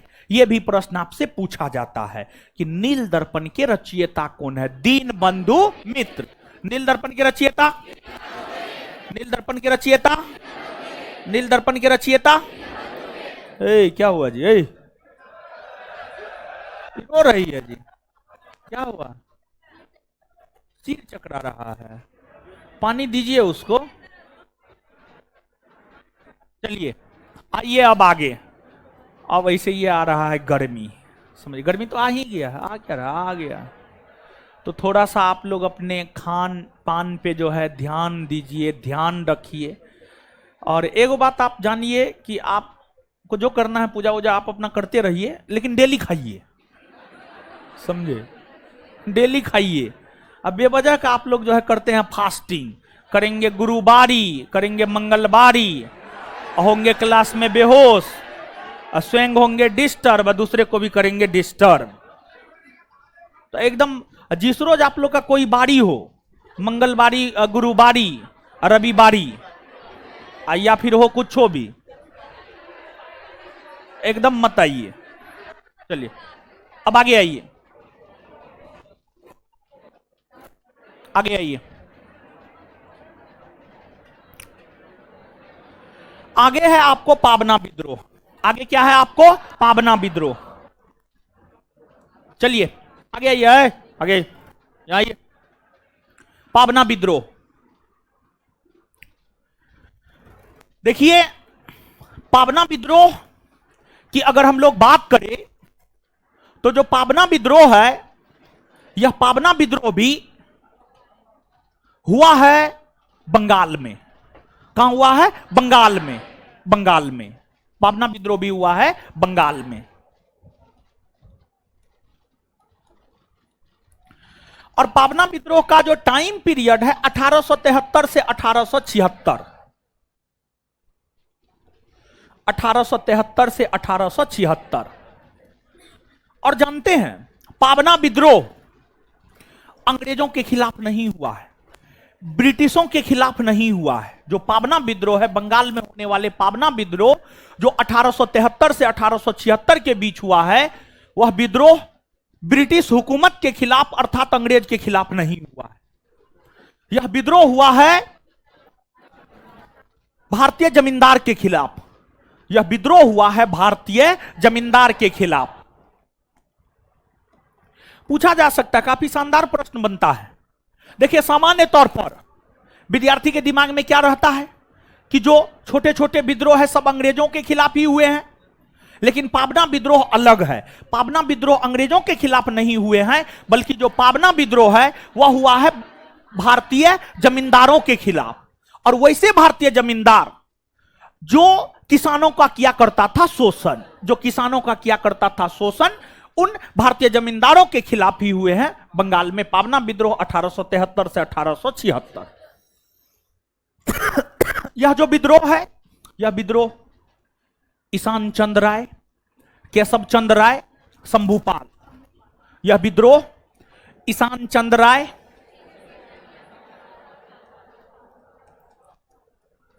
चंद्र राय, केशव चंद्र राय, शंभूपाल, इन सभी के नेतृत्व में हुआ है यह विद्रोह। और इस विद्रोह का कारण क्या था? देखिए भारत को तो अंग्रेजों ने लूटा ही,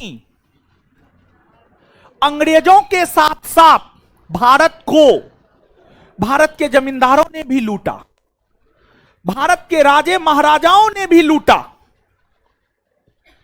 सब अंग्रेज को लूटा। ऐसा नहीं है कि भारत, सब भारत को लूटा, अंग्रेज बोलते सब भारत को लूटा, सब भारत को लूटा। ऐसा नहीं है कि भारत को सिर्फ अंग्रेजों ने लूटा, हर किसी ने भारत को लूटा। तो जमींदारों के द्वारा जो किसानों का शोषण किया जा रहा था, उसी के खिलाफ यह विद्रोह हुआ।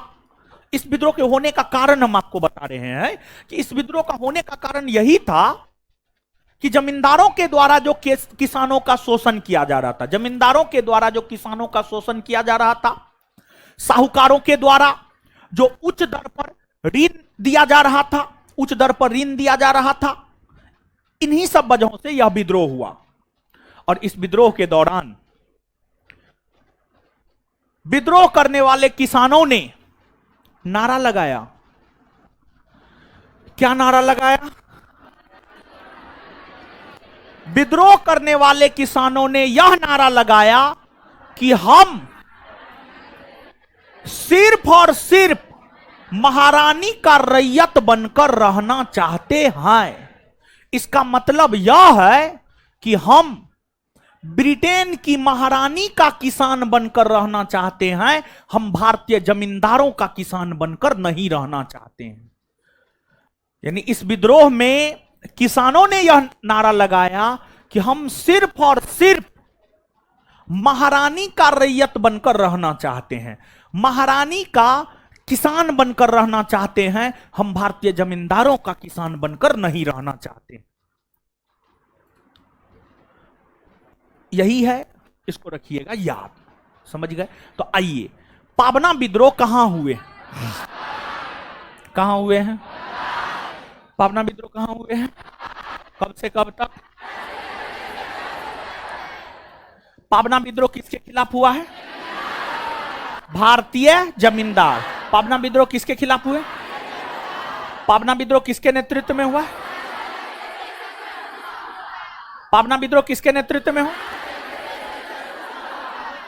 क्लियर है ये बात? इसके बाद पाबना विद्रोह के दौरान किसानों ने क्या नारा लगाया? क्या नारा लगाया? तो किस विद्रोह के दौरान किसानों ने यह नारा लगाया कि हम सिर्फ और सिर्फ महारानी का रैयत बनकर रहना चाहते? आए क्या? क्लियर ना? बताइए, अभी तक बताए हैं,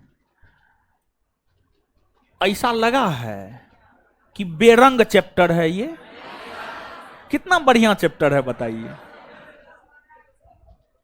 इसमें बहुत कुछ है, समझे? तो आगे आइए। अब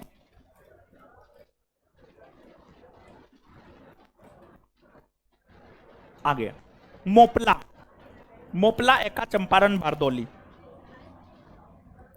मोपला एका चंपारण बारदौली। चलिए चारों के विषय में थोड़ा थोड़ा बताते हैं। देखिए मोपला विद्रोह,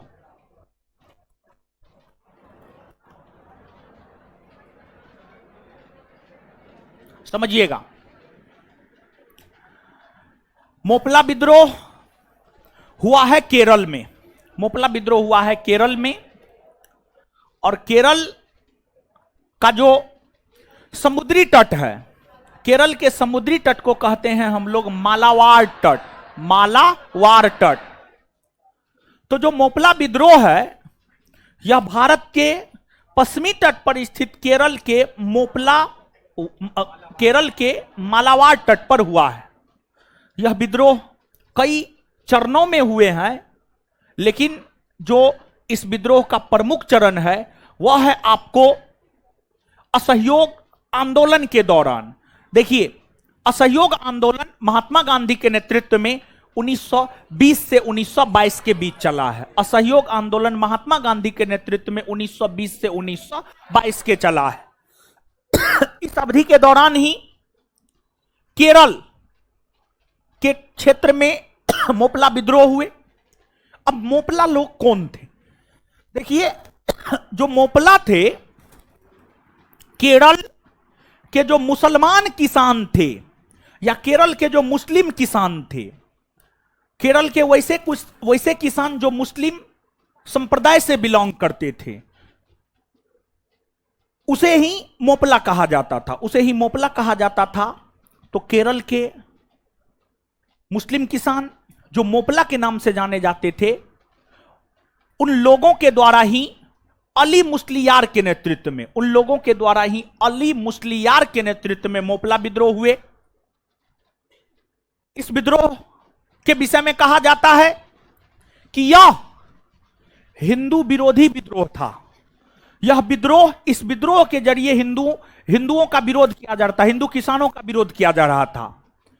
साथ ही साथ यह अंग्रेज विरोधी विद्रोह भी था, यह अंग्रेज विरोधी विद्रोह भी था और यह जमींदार विरोधी विद्रोह भी था। लेकिन ध्यान रखें कि इस विद्रोह को महात्मा गांधी ने समर्थन दिया था, इस विद्रोह को खिलाफत आंदोलन के नेताओं ने समर्थन दिया था, इस विद्रोह को महात्मा गांधी और खिलाफत आंदोलन के नेताओं ने समर्थन दिया था। समझ गए? तो बताइए, मोपला विद्रोह कौन राज्य में हुए? कौन राज्य में? कौन समुद्री तट पर? कौन समुद्री तट? मालाबार ना? चलिए ठीक है। इसके बाद जो है आगे बतलाइएगा आप हमको, इसके नेतृत्व करता कौन? मोपला विद्रोह के नेतृत्व कर, मोपला विद्रोह के नेतृत्व कर।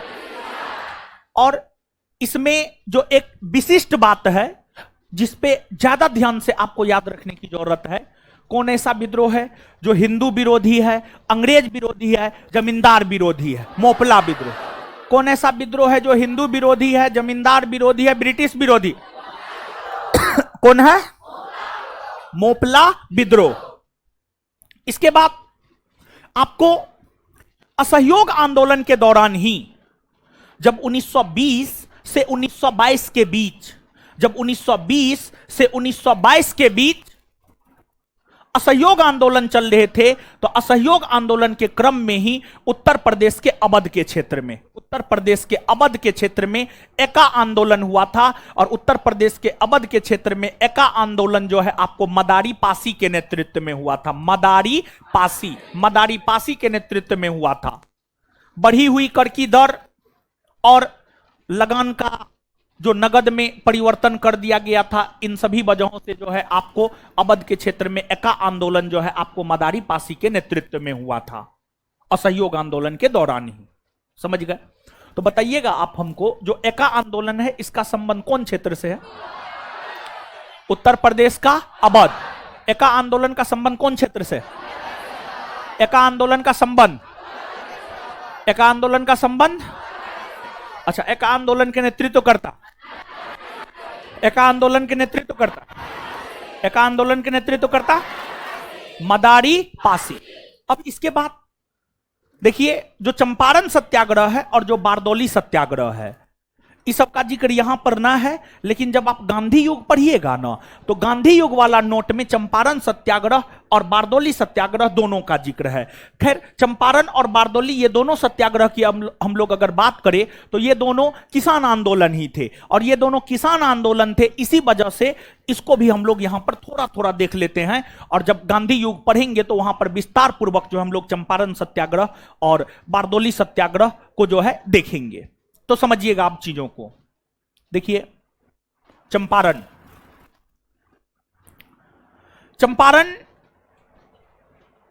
में समस्या किसानों का था।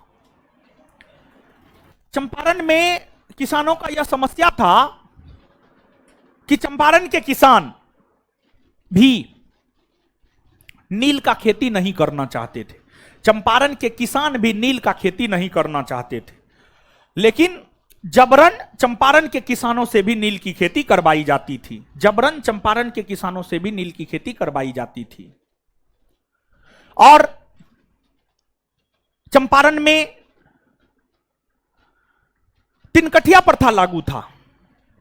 क्या है तिनकठिया प्रथा? तिनकठिया प्रथा क्या है समझिएगा। अंग्रेजों ने चंपारण के किसानों को कह रखा था कि अगर आपके पास 20 कट्ठा जमीन है तो उसमें से 3 कट्ठा जमीन पर आपको नील का खेती करना है, और उस रेशियो में आपके पास जितना जमीन है उतना भूमि पर आपको करना है नील का खेती। तो 20 कट्ठा में से 3 कट्ठा भूमि पर आपको करना है नील का खेती। यही था 3 कठिया प्रथा। और चंपारण के किसान या बंगाल के किसान या भारत के अन्य किसी भी राज्य या किसी भी क्षेत्र के किसान नील की खेती इसलिए नहीं करना चाहता था क्योंकि नील की खेती करने से खेत की उर्वरा शक्ति मर जाती थी। वही मर जाती थी, मतलब घट जाती थी, कम हो जाती थी। तो नील की खेती करने से खेत की उर्वरा शक्ति कम हो जाती थी। ठीक है, कम हो जाती थी, यह कारण था। दूसरी बात, नील का एकमात्र खरीदार था अंग्रेज, जिस वजह से उचित मूल्य भी चंपारण के किसानों को नहीं मिल पाता था। तीसरा रीजन, जर्मनी में कृत्रिम नील की खोज हो चुकी थी, जिस वजह से वैश्विक बाजार में भारतीय नील की मांग काफी कम पड़ गई थी, जिस कारण नील उगाने में जो लागत लगता था उतना भी किसानों को ऊपर नहीं हो पाता था। ये तमाम रीजन थे जिस वजह से भारतवर्ष के अंतर्गत बंगाल के किसान, चंपारण के किसान नील की खेती नहीं करना चाहते थे, परंतु फिर भी जबरदस्ती करवाया जाता था। बंगाल में तो नील विद्रोह के वजह से नील की खेती बंद हो गई, लेकिन चंपारण में नील की खेती आगे भी जारी थी।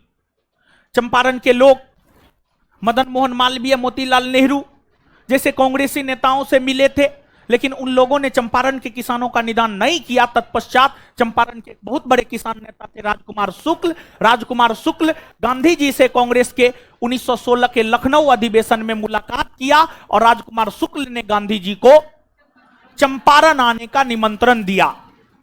और राजकुमार शुक्ल के निमंत्रण पर ही गांधी जी अप्रैल 1917 में चंपारण आए और गांधी जी चंपारण के किसानों से मिले, सबकी समस्या सुने। तो जब गांधी जी सबकी समस्या सुने तो चंपारण के लगभग हर किसान की एक ही समस्या थी, वह थी 3 कठिया प्रथा। तो गांधी जी चंपारण के किसानों को कहा, हम तो फकीर आदमी हैं, हमारे पास तो कुछ है नहीं, करना है सत्याग्रह। इसलिए किसान 25-25 पैसा जमा करेंगे। और फिर किसान 25-25 पैसा जमा किया और उसके मदद से ही गांधी जी चंपारण में सत्याग्रह की शुरुआत किए। और गांधी जी ने चंपारण में सत्याग्रह की शुरुआत राजकुमार शुक्ल के भितिहरवा गांव से किया। भितिहरवा गांव से महात्मा गांधी ने चंपारण में चंपारण सत्याग्रह की शुरुआत किया। जब गांधी जी चंपारण सत्याग्रह की शुरुआत किए और चंपारण सत्याग्रह लोकप्रिय होने लगा, तो बिहार के जितने भी कांग्रेसी नेता थे सब दौड़े दौड़े गांधी के पास गए, हम भी आपके साथ हैं। लेकिन जब सत्याग्रह शुरू किए थे, सत्याग्रह शुरू करने से पहले कोई उनके साथ नहीं था, लेकिन जैसे ही सत्याग्रह लोकप्रिय हो गया वैसे ही सब कहने लगा हम आपके साथ हैं, तो हम आपके साथ हैं। तो सब कांग्रेसी गांधी जी को साथ दिया। कांग्रेसियों की साथ की वजह से गांधी जी का मनोबल और अधिक बढ़ा। और जब चंपारण सत्याग्रह का नेतृत्व गांधी जी कर रहे थे, तो इस दौरान गांधी जी को आदेश दिया गया कि आप चंपारण खाली कीजिए, लेकिन गांधी जी ने चंपारण खाली करने से मना कर दिया। कहा, आप जो आज्ञा देंगे हम उसका पालन करेंगे, लेकिन हम चंपारण खाली नहीं करेंगे। यही वजह है कि गांधी जी के चंपारण सत्याग्रह को प्रथम सविनय अवज्ञा आंदोलन भी कहा जाता है। और चंपारण सत्याग्रह के दौरान गांधी जी को इरविन ने भोजन पर बुलाया था और इरविन का प्लान यह था कि भोजन में जहर दे करके खिला करके गांधी जी को मार दे। गांधी जी इरविन से मिलने गए, भोजन तो नहीं किए, लेकिन दूध पीने की बात को गांधी जी ने स्वीकार किया। और फिर शांत रहिए ना, जो समझा रहे हैं समझिए, अपना दिमाग मत लगाइए। मास्टर हम हैं कि मास्टर आप हैं? इरविन था कि नहीं था वो हमको न पता है। इरविन वायसराय रहा है 1926 से 31, उससे पहले इरविन भारत में नहीं था, तुम्हारे कहने से नहीं था। मास्टर हम है कि तुम है? इरविन नहीं था, मतलब जिस समय वायसराय का काल है बस उसी समय वो रहेगा भारत में, उससे पहले उससे बाद में नहीं रहेगा भारत में। यानी मोदी जी का कार्यकाल प्रधानमंत्री के तौर पर खत्म हो गया तो चल जाएगा बनारस। चलिए सुनिए, मास्टर हम हैं, पढ़ा रहे हैं, आराम से पढ़ो। इरविन था या नहीं था तुमको पता है, तुम इतिहास लिखा है। चलिए तो चलिए अब खत्म हो गया आज। चलिए तो आज के लिए इतना ही, समझ गए? आज के लिए इतना ही, शांत हो जाइए। अभी छुट्टी कहां दिए हैं? छुट्टी दिए हैं। सुनिए, और कल कौन दिन है? शुक्रवार। शुक्रवार है, शुक्रवार है ना? आज कौन दिन है? शुक्रवार। हाँ? आज कौन दिन है? बुधवार है। कल शुक्रवार न है, वही तो हम बोले हैं। ठीक है, सुनिए अब, कल जो है ये जो प्रमुख भारतीय विद्रोह है इसमें लगेगा 45 से 50 मिनट, और जो है फ्रांसीसी क्रांति में भी 1 घंटा लगेगा। कल इस पीडीएफ को खत्म कर देंगे, कल इस पीडीएफ को खत्म कर देंगे और कल खत्म हो जाएगा, कल ही पीडीएफ हो जाएगा खत्म, समझ गए? और आपको बोले हुए हैं, क्या बोले हुए हैं? आपको बोले हुए थे खाना खाने के बाद जैसे पानी पीना जरूरी है वैसे बैच करने के बाद डेली टेस्ट करना जरूरी है। लेकिन इसका ये मतलब नहीं है कि फ्री है ना, जब तक डेमो चल रहा है तब तक टेलीग्राम चैनल पर पीडीएफ उसका और यूट्यूब चैनल पर उसके डिस्कशन का वीडियो लिंक भेज देंगे, समझ गए? तो सोमवार के टेस्ट का तो भेज दिए थे। अब बुधवार, कल बुधवार था तो बुधवार के टेस्ट का क्वेश्चन का पीडीएफ और यूट्यूब पर उसके डिस्कशन का वीडियो लिंक भेज दिए हैं, उसको कर लीजिएगा। कल के सेशन में वो वाला पूछेंगे, अभी के सेशन में जो है सोमवार वाला पूछ रहे हैं। सोमवार वाला कल भी पूछे थे, आज भी पूछ रहे हैं। दीजिए क्वेश्चन दीजिए। हाँ अच्छा, एक बात बताइए, ई टेस्ट विद डिस्कशन कितने लोग किए हैं और कितने लोग नहीं किए हैं? हाथ खड़ा कीजिए तो, कितने लोग नहीं किए हैं? कितने लोग नहीं किए हैं? सोमवार वाला कितने लोग नहीं किए हैं? अच्छा हाथ खड़ा कीजिए, काहे नहीं किए हैं? तो रिजल्ट नहीं आएगा तो उसमें भी जो लोग हाथ उठाए नहीं किया उन्हीं लोग का हाथ रहेगा, चिंता नहीं कीजिए, समझे? सारा सूचना इतना बढ़िया से दे रहे हैं, डेली सूचना दे रहे हैं, डेली सब चीज बतला रहे हैं, फिर भी नहीं कर रहे हैं। मत कीजिए, मेरा क्या लीजिएगा? मेरा थोड़े कुछ लीजिएगा। बताइए, संगमेश्वर का युद्ध किनके बीच हुआ? मुगल और रंपा विद्रोह किस आंदोलन से प्रेरित? असहयोग। जैन साहित्य को क्या कहते हैं? आगमन। बाजरे का साक्ष्य कहां से मिला? लोथल से ना। पलिताना बांध कौन नदी पर है? शत्रुंजी नदी ना। सामाजिक वानिकी कार्यक्रम की शुरुआत कब से हुई? 1900। वर्तमान में साक्षरता दर का मापदंड आयु है 7 वर्ष या उससे। शेषा आर्किड अभयारण्य कहां है? अरुणाचल। राजेंद्र प्रसाद को प्रथम राष्ट्रपति कब चुना गया? 24 जनवरी 1950। तृतीय पंचवर्षीय योजना का मुख्य उद्देश्य आत्मपोषित विकास। कोलंबो कप का संबंध कौन खेल से? फुटबॉल ना।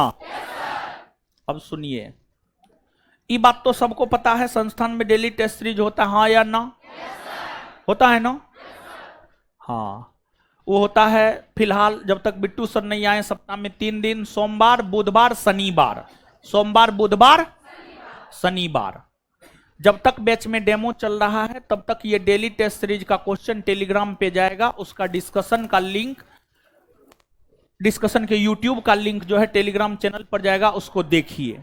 जो लोग नहीं किए हैं हम रिक्वेस्ट कर रहे हैं आप कीजिए। सोमवार के टेस्ट का भी क्वेश्चन पीडीएफ डिस्कशन का लिंक भेज दिए हैं, उसको कीजिए। और इसके बाद बुधवार वाला भी भेज दिए हैं, उसको आप कीजिए। कल पूछेंगे बुधवार वाला, कौन बार वाला? बुधवार वाला कल पूछेंगे, तो उसको कल आइएगा आप करके। और डेली क्वेश्चन का पीडीएफ लेकर के आना जरूरी है, हम चेक करेंगे, समझ गए? जब तक डेमो चल रहा है तब तक तो नहीं होगा कुटाई। जिस रोज आप एडमिशन ले लिए उसके बाद से होगा कुटाई शुरू। पढ़ना है तो अच्छे से पढ़िए, नहीं पढ़ना है भागिए यहां से, समझ गए? देख रहे हैं विद्यार्थी का कोई कमी है? नहीं ना? देख रहे हैं ना कैसे कैसे विद्यार्थी पढ़ रहा है। उस सेंटर पर पूरा क्लासरूम भरा हुआ है, समझ गए? यहां पर लोग नीचे में बैठ करके जो है पढ़ रहा है, क्लियर है? खड़ा होकर के बहुत लोग पढ़ रहा है, गैलरी में खड़ा होकर के सीढ़ी पर बैठ करके पढ़ रहा है। पढ़ने वाला का कोई कमी है? कोई कमी नहीं है। और जो क्लासरूम में बैठते हैं उससे ज्यादा पढ़ने वाला है सीढ़ी पर वाला, उससे ज्यादा पढ़ने वाला है वो क्या कहते हैं नीचे में जो गर्ल्स कॉमन रूम में बैठ के पढ़ रहा है, दूसरे सेंटर पे पढ़ रहा है। तो आप ही भरम में मत रहिए कि क्लास में बैठ के पढ़ रहे हैं तो हम बड़का होशियार हैं, समझ गए? तो इससे आगे मिलते हैं कल। कल ये पीडीएफ खत्म, ठीक है? ऐसे टारगेट भी मेरा यही था। क्या आज रात में ना बोले थे सोचेंगे? आज रात में सोचेंगे।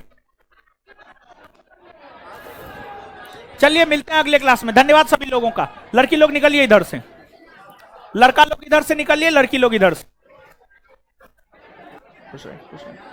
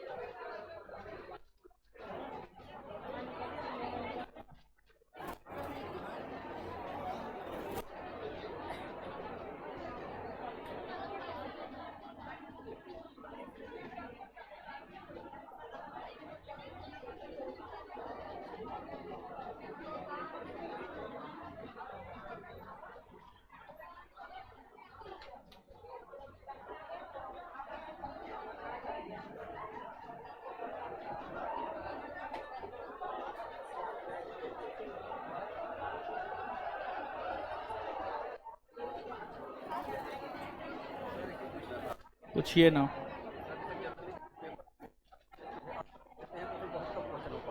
है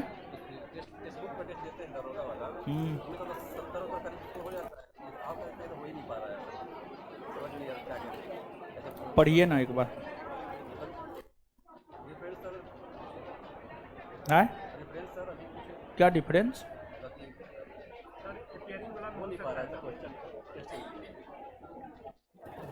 क्या बोल रहे हैं? टेस्ट सीरीज में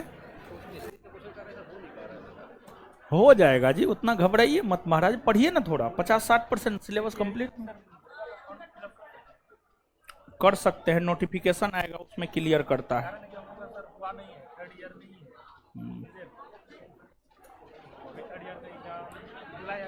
वैकेंसी आने पर निर्भर करेगा, वैकेंसी कब आता है, ठीक है? मान लिया जाए कल आ गया वैकेंसी तो आप भर पाइएगा? नहीं भर पाइएगा, वो डिपेंड करेगा वैकेंसी आने पर, ठीक है? उधर जाना है साइड होइए तो आप लोग निकलिए। तो नहीं रुकिए ना, इतना हड़बड़ाते का है। लड़का लोग इधर से निकलिए, इधर मुंह क्या देख रहे हैं? निकलिए सब लोग, है निकलिए लड़का सब, उधर से निकलिए। खुश रहिए, निकलिए उधर से, खुश रहिए, खुश रहिए।